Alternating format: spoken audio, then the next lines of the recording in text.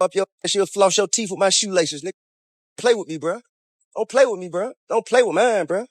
Don't play with mine. Just don't play with mine. I remember how you and Wallow were crying. You and Wallow were crying. Oh, my son got killed. Oh, you were crying. Now you talking about snitching. You goddamn right I'm a law-abiding citizen. Dang, I got family. I got willing to risk their lives and freedom to die by me and mine. You hear me? Why don't play with me, man?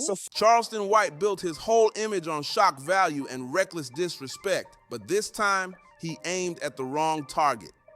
He came straight for T.Y.'s son, King Harris, and crossed a line that even his most loyal viewers couldn't defend. Had to say about my son what some grown man had to say about my son, man. Cause somebody please just pull me up to speed, man. Just pull me up to speed. How some grown man had some to say about my son. Just pull me up to speed on that, man. Just pull me up to speed on that, man. What sucker ass grown as wasted his whole life doing absolutely nothing. Got something to say about my son at the beginning of his adult life. For years, he's been throwing shots at King, even dragging Trayvon Martin's name into twisted threats that left people furious.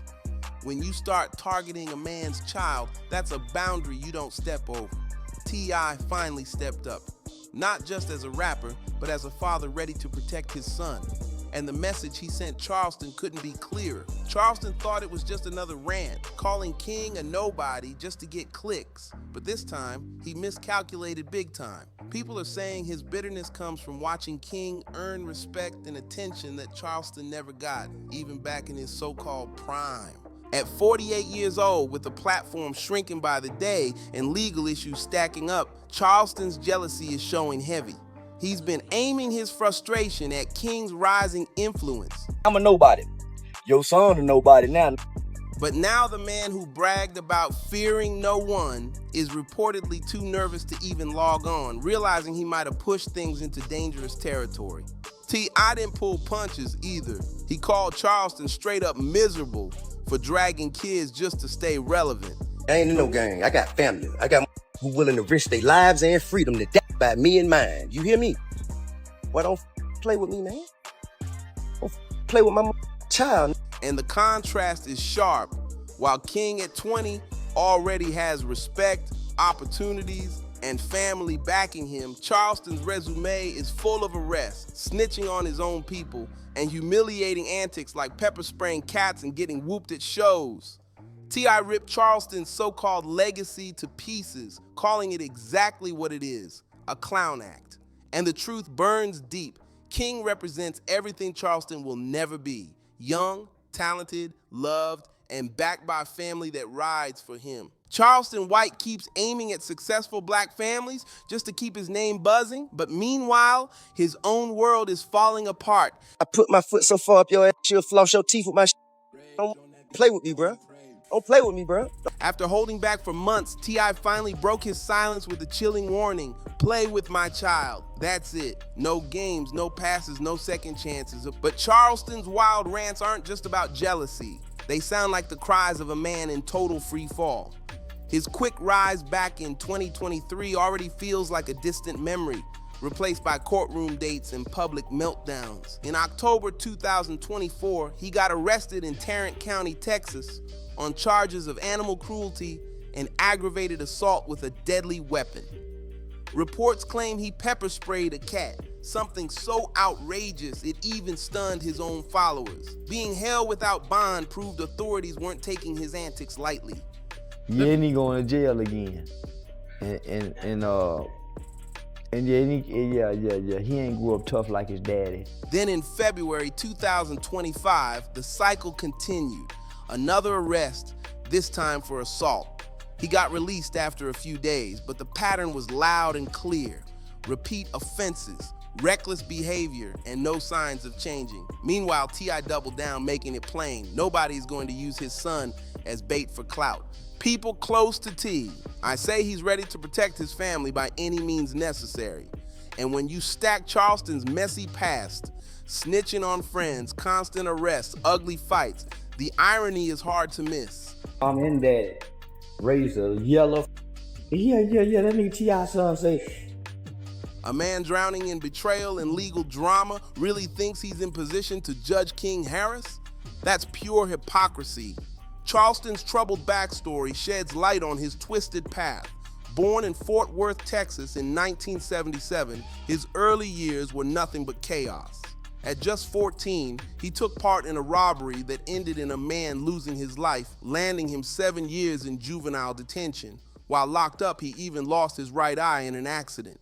Growing up without a father only added to the pain, fueling the anger that shaped the man he became. That pain didn't turn into growth. It turned into the loud provocateur we see today. He didn't climb through talent or real community work. He built his name off shock value, off mocking the dead like DMX and George Floyd just to grab attention. His constant shots at young men like King Harris aren't random. They're rooted in wounds that never healed. Charleston himself has admitted he grew up feeling unloved and unwanted, and now he lashes out at successful young black men who live with the respect, love, and stability he never knew. Pointing who did what, who, man, we was about to whoop when you come back down here from telling. Yo, I can see you had a soft up. Watching King step into young adulthood with confidence eats Charleston alive because it's a life he never had. That's why he can't let King breathe in peace. This whole feud didn't start from strategy, it came from desperation. A fading man clinging to shock tactics just to stay relevant. By late 2022, Charleston's buzz was already slipping, his online momentum running dry. So he went looking for a bigger target, and he made the worst mistake of his career, going after T.Y.'s family. On October 8, 2022, Charleston unloaded one of his trademark unhinged rants, setting off a saga that spun way beyond his control. This time, he didn't just fire at King Harris, he dragged Boozy Badazz's son Tootie Raw into it too. This is they called the laws, and they came. He over there.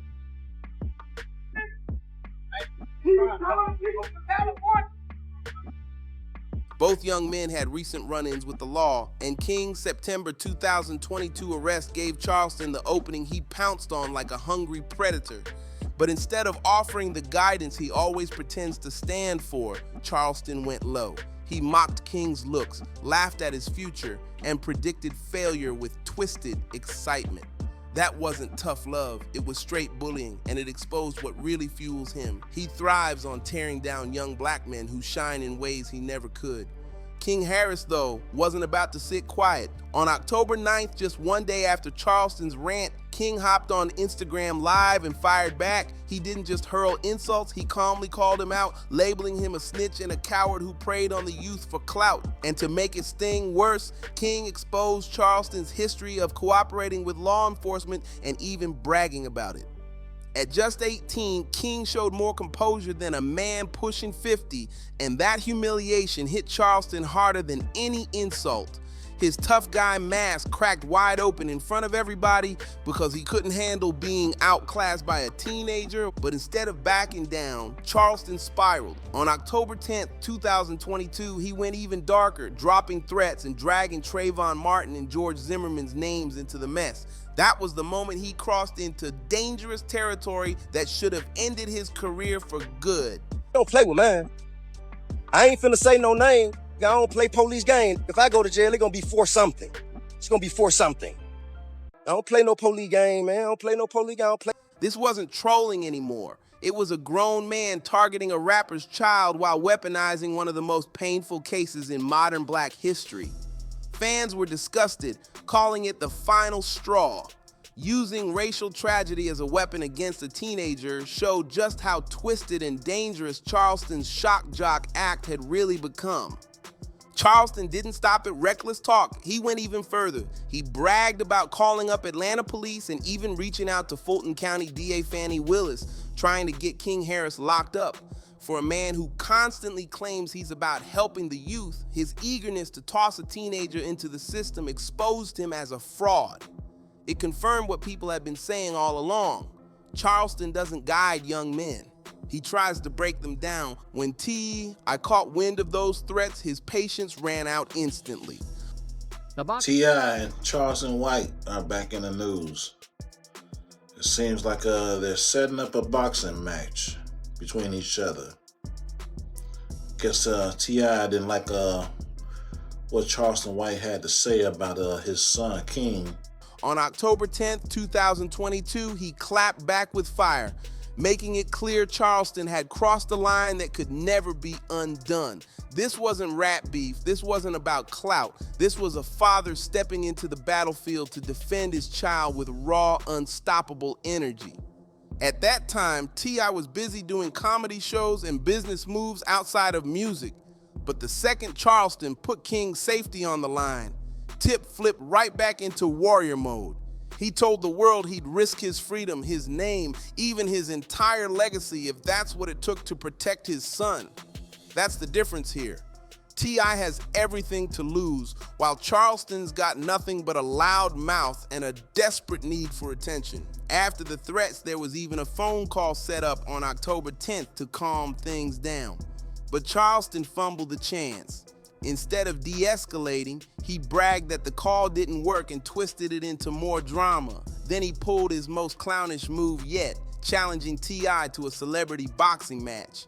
He demanded Steve Harvey as the referee and even said, I should wear an eye patch during the fight.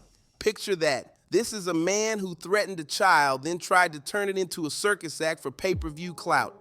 That right there revealed everything about Charleston's twisted mindset. Everybody know, homie. That man say he a 7-time convicted felon in one song. 7 convicted felons. I was just saying 7. To him, it was entertainment, while T.I. was focused on one thing, protecting his family. And when the boxing stunt didn't land, Charleston grabbed at an old, tired angle, accusing T.I. of being a federal informant because of his 2007 Crime Stoppers campaign after his gun case. But the hypocrisy couldn't be louder. Charleston himself admitted to testifying against co-defendants and bragging about working with police when he was younger. So when he tried to smear T.I. for doing a community safety campaign, it was pure projection. Everything Charleston accused T.I. of, he had done way worse. The more he pushed the Crime Stoppers angle, the more desperate and exposed he looked.